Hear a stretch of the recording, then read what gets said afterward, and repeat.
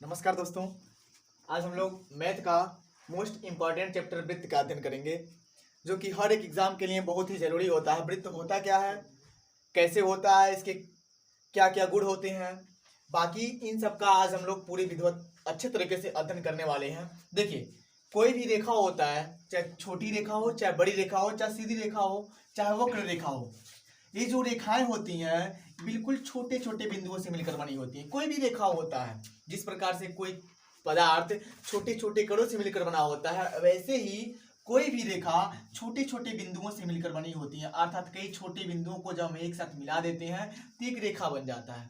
ऐसे ही जो वृत्त है, वृत्त यह भी छोटे छोटे बिंदुओं का एक समुच्चय होता है, छोटे छोटे बिंदुओं का एक समूह होता है, जो किसी एक निश्चित दिए गए बिंदु से ये सभी बिंदु बराबर दूरी पर होते हैं। उसी सभी बिंदुओं का जो बिंदुपथ होता है, उसी बिंदुपथ को हम कहते हैं वृत्त।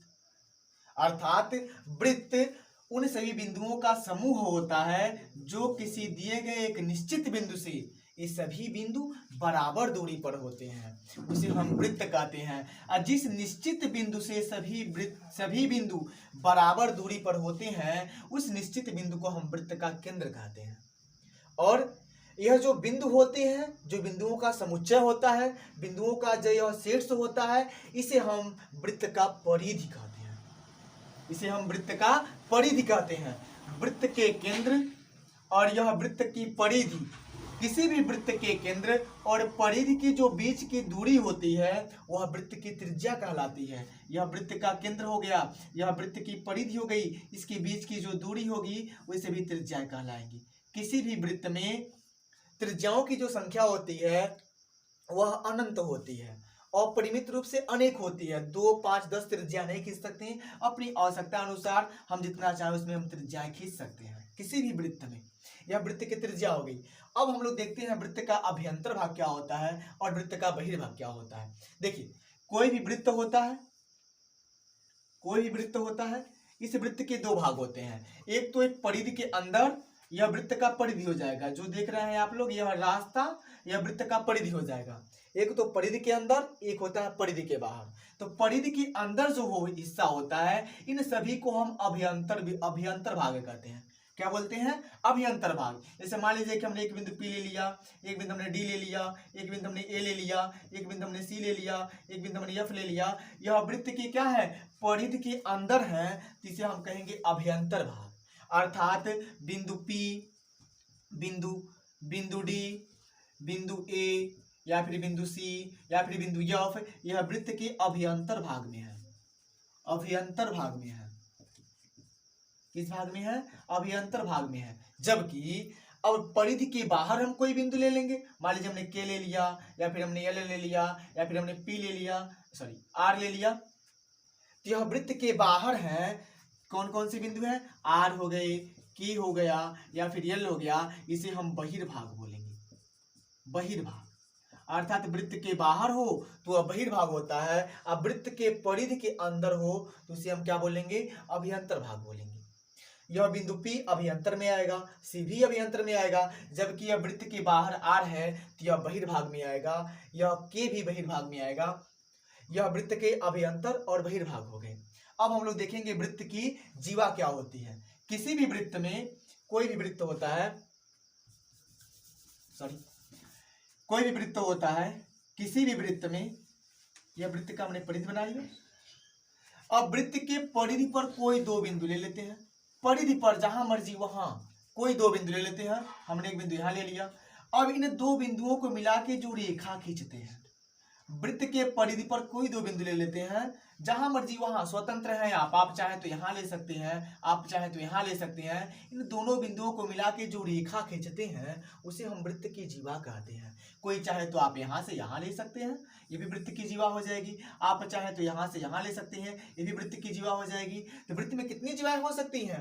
अनंत हो सकती हैं। इसकी संख्या क्या होती है? अनंत होती है।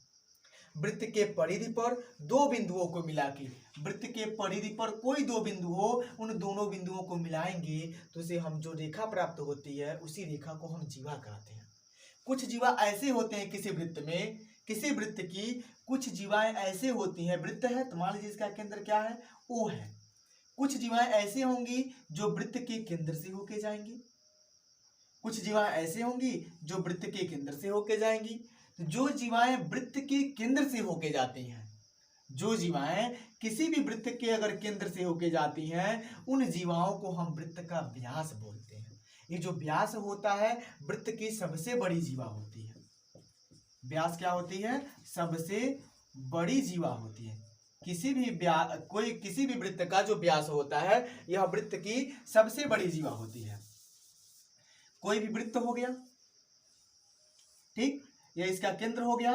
तो हमने बताया है कि जो जीवा हम वृत्त के केंद्र से होके खींचेंगे, वृत्त के केंद्र से भी जीवा हो जाए। देखिए वृत्त के दो बिंदुओं को मिला रहा है परिधि पर, ये भी दो बिंदुओं को मिला रहा है, ये भी वृत्त की जीवा हो जाएगी। लेकिन केंद्र से जा रहा है तो इसका नाम क्या हो जाएगा? व्यास हो जाएगा। और जो व्यास होता है वृत्त की सबसे बड़ी जीवा होती है। अभी हमने बताया है कि वृत्त की परिधि, तो बिंदुओं का जो समुच्चय होता है, जो समुच्चय देख रहे हैं यह वाला हिस्सा, इसी को हम वृत्त का परिधि कहते हैं। क्या बोलते हैं? वृत्त का परिधि। यह बिंदुओं का जो समुच्चय देख रहे हैं, आप बिंदुओं का समुच्चय जो देख रहे हैं, यह वृत्त का क्या हो जाएगा? परिधि हो जाएगा। अब हम लोग चलते हैं त्रिज्या। त्रिज्या भी इसके पहले हमने बता दिया था कि किसी वृत्त का केंद्र हो और यह देखिए परिधि हो गया, इसके बीच की जो दूरी होगी उसी को हम त्रिज्या कहते हैं। क्या कहते हैं? त्रिज्या कहते हैं।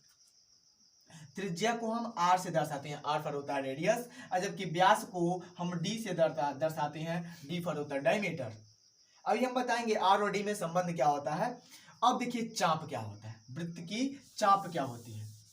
चाप, चाप क्या होता है? कोई वृत्त है,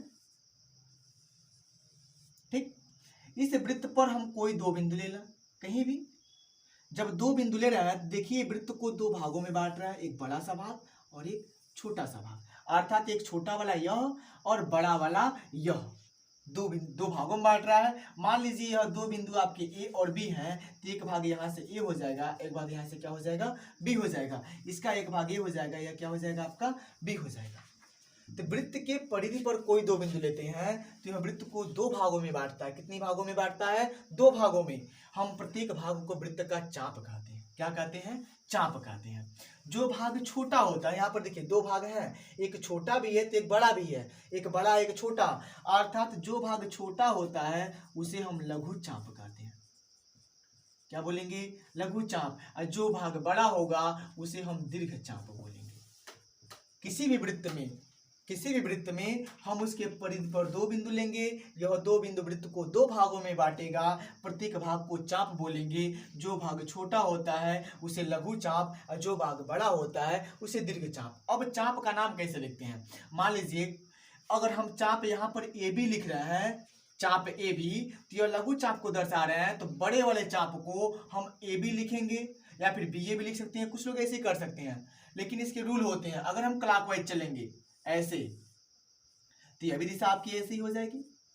क्लॉकवाइज चलेंगे तो देखिए क्लॉकवाइज में, आप क्लॉकवाइज में अगर आप चाप बी से ए को जा रहे हैं तो यह ए से बी को जा रहे हैं तो यह दीर्घ चाप को दर्शा रहा है। किसको दर्शा रहा है? दीर्घ चाप को। तो यहां पर आपका हो जाएगा दीर्घ चाप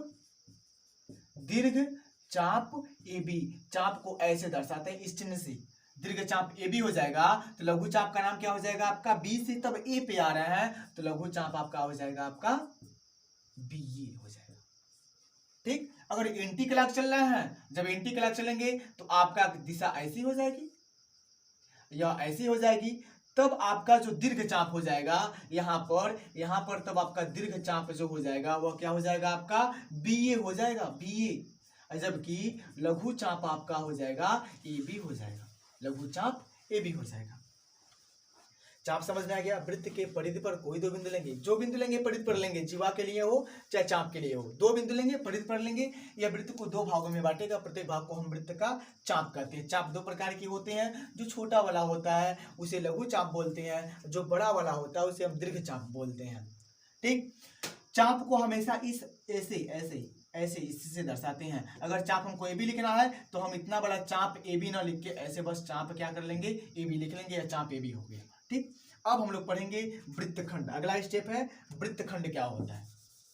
देखिए अभी हमने बताया कि वृत्त की जीवा क्या होती है। वृत्त के परिधि पर कोई दो बिंदु लेते हैं, उन दो बिंदुओं को मिला के जो रेखा खींचेंगे और वृत्त की जीवा हो जाएगी। हम पढ़ने वाले हैं वृत्तखंड। वृत्त के परिधि पर कोई दो बिंदु लेंगे, मिला के जो रेखा खींचेंगे उसे हम क्या बोलते हैं, जीवा बोलते हैं। मान लेंगे यह ए बी है, तो ए बी क्या हो जाएगी आपकी, ए बी क्या हो जाएगी आपकी, यह जीवा हो जाएगी। अब देखिए जीवा वृत्त को दो भागों में बांट रहा है, एक बड़ा सा हिस्सा बट रहा है और जबकि एक छोटा सा हिस्सा बट जा रहा है। प्रत्येक हिस्से को हम वृत्तखंड बोलते हैं। प्रत्येक को क्या बोलेंगे, वृत्तखंड। जो छोटा वाला होगा उसे लघु वृत्तखंड बोलेंगे, लघु वृत्तखंड।